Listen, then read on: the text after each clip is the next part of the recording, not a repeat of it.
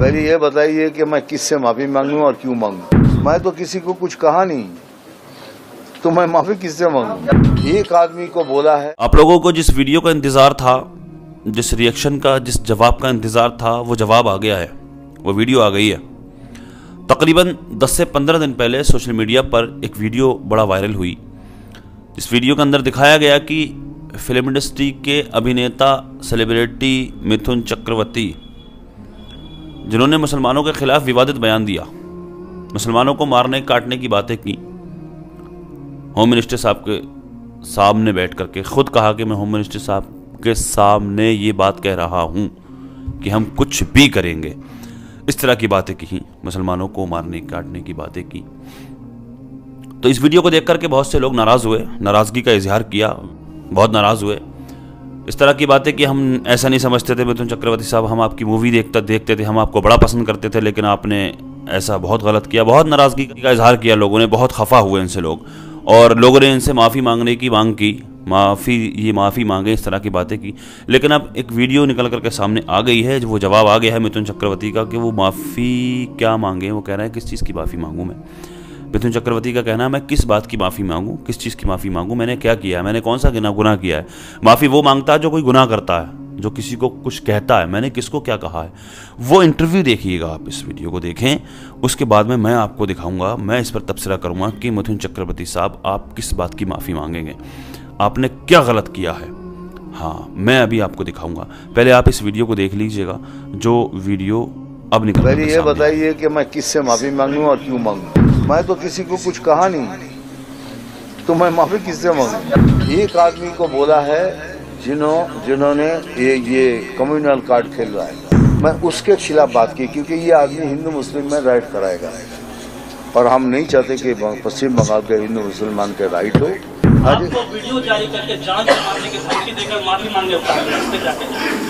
मांगे कि क्या? पहले ये बताइए कि मैं किससे माफी मांगूं और क्यों मांगूं? अच्छा, आप बोलिए। उन्होंने आपको धमकी दिया है कि नहीं, आप बताइए कि मैं किससे माफी मांगूं और क्यों मांगूं, ये मुझे पहले ये बताइए। उसको क्या संदेश देना चाहिए? तो माफी मैं किससे मांगूं? वीडियो की जारी करके मैं तो किसी को कुछ कहा नहीं, तो मैं माफी किससे मांगूं? एक सेकंड सर, माफी मांगूंगा तो होगा ना कि आपसे मैंने कुछ कहा है तो मैं आपसे माफी मांगूंगा। मैं तो किसी से कुछ कहा नहीं, मैंने एक आदमी को, और एक बार बोलता हूँ, एक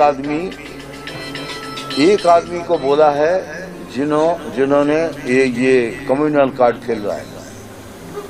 उन्होंने कहा कि 2 घंटे के अंदर हम लोग 70% मुस्लिम है, 30% हिंदू है, हम हिंदू लोगों को 2 घंटे के अंदर काट के भागीरथी में बहा देंगे। ठीक, मैं उसके खिलाफ बात की, क्योंकि ये आदमी हिंदू मुस्लिम में राइट कराएगा, ठीक, और हम नहीं चाहते कि पश्चिम बंगाल के हिंदू मुसलमान के राइट हो। तो मैं किसी भी तरह किसी भी कम्युनल कार्ड के अगेंस्ट में बोलूंगा, और ये मैंने बोला है, लेकिन कोई कम्युनिटी के बारे में कभी कुछ नहीं कहा, सिर्फ आज नहीं। अब मेरा फ्यूचर देख लिया, अब बैक साइड में देखिए, मैंने जिंदगी में कभी भी किसी भी कम्युनिटी के बारे में ना कुछ कहा है, ना अभी कहा है, ना अभी कह रहा हूँ, और ना आगे भी कहूँगा। तो माफी मैं किससे मांगू? मैंने कुछ कहा होगा तो मांगू ना।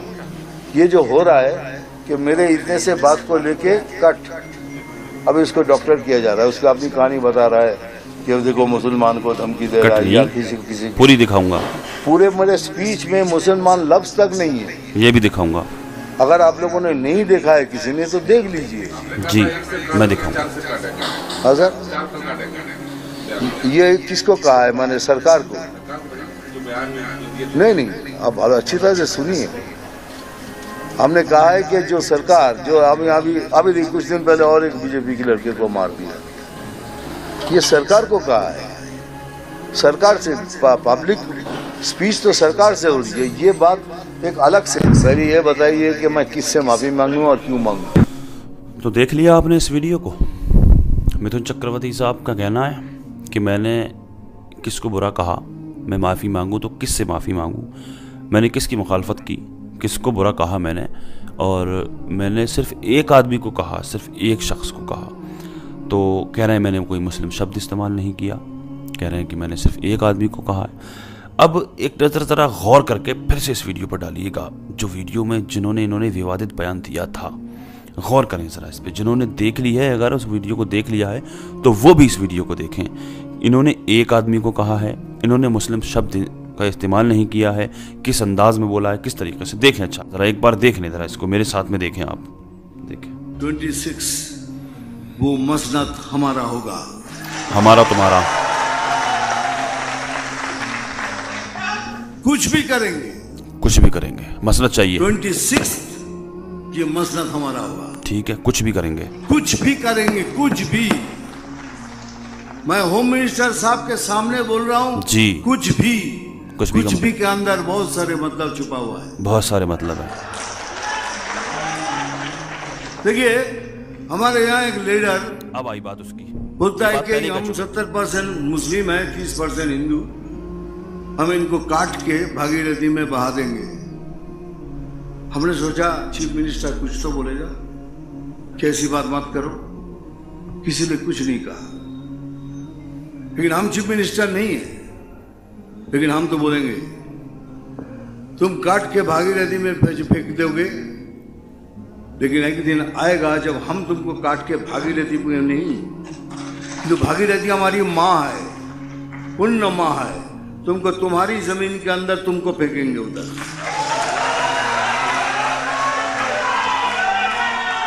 इसीलिए बार बार कह रहा हूं, हम कुछ भी करेंगे, कुछ भी।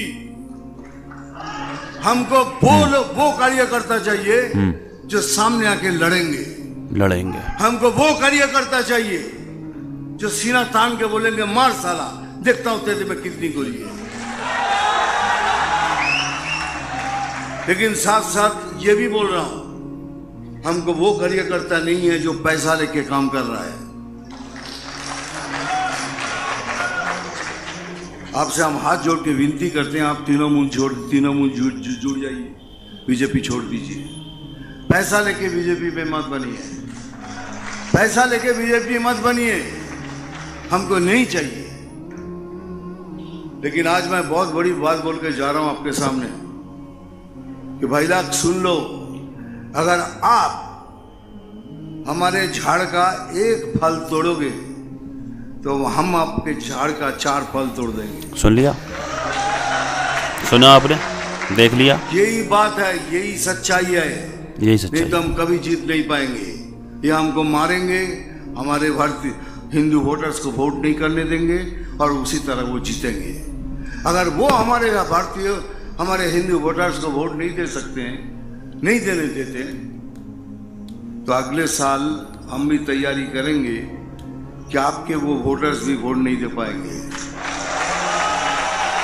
देखें, ये मिथुन चक्रवर्ती बोल रहा है। मिथुन चक्रवर्ती अभिनेता नहीं, गौर करें। वो 68 का मिथुन चक्रवर्ती आपको बोल रहा है, 28 साल का मिथुन चक्रवर्ती। 68, 28 नहीं, 68 साल। हम राजनीति किए है भैया, खून की राजनीति की हमने, खून की राजनीति की हमको है। सब मालूम है, कौन किधर से क्या करने वाले सब मालूम है।